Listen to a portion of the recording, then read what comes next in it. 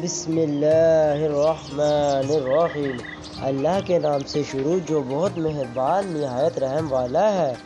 فَأَزَلَّهُمَا الشَّيْطَانُ عَنْهَا فَأَخْرَجَهُمَا مِمَّا كَانَا فِيهِ وَقُلْنَا اهْبِطُوا بَعْضُكُمْ لِبَعْضٍ عَدُوٌّ وَلَكُمْ فِي الْأَرْضِ مُسْتَقَرٌّ وَمَتَاعٌ إِلَىٰ حِینٍ۔ آخر کار شیطان نے ان دونوں کو اس درخت کی ترغیب دے کر ہمارے حکم کی پیروی سے ہٹا دیا اور انہیں اس حالت میں نکلوا کر چھوڑا جس میں وہ تھے۔ ہم نے حکم دیا کہ اب تم سب یہاں سے اتر جاؤ، تم ایک دوسرے کے دشمن ہو، تمہیں ایک خاص وقت تک زمین پر ٹھہرنا اور وہیں گزر بسر کرنا ہے۔ فَتَلَقَّىٰ آدَمُ مِن رَّبِّهِ كَلِمَاتٍ فَتَابَ عَلَيْهِ إِنَّهُ هُوَ التَّوَّابُ الرَّحِيمُ۔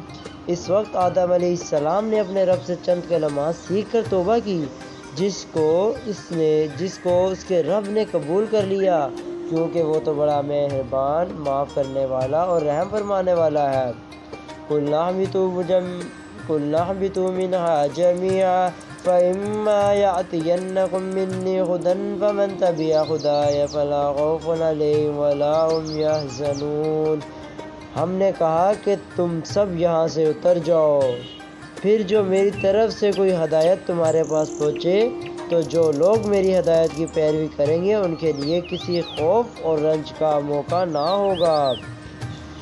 وَالَّذِينَ كَفَرُوا وَكَذَّبُوا بِآيَاتِنَا أُولَٰئِكَ أَصْحَابُ النَّارِ هُمْ فِيهَا خَالِدُونَ۔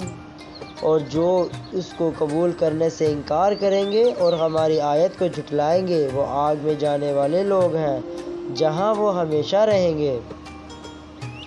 یا بنی اسرائیل اذکروا نعمتی التي انعمت علیکم وأوفوا بعہدی اوف بعہدکم وإیایا فارہبون۔ اے بنی اسرائیل، ذرا خیال کرو میری اس نعمت کا جو میں نے تم کو عطا کی تھی۔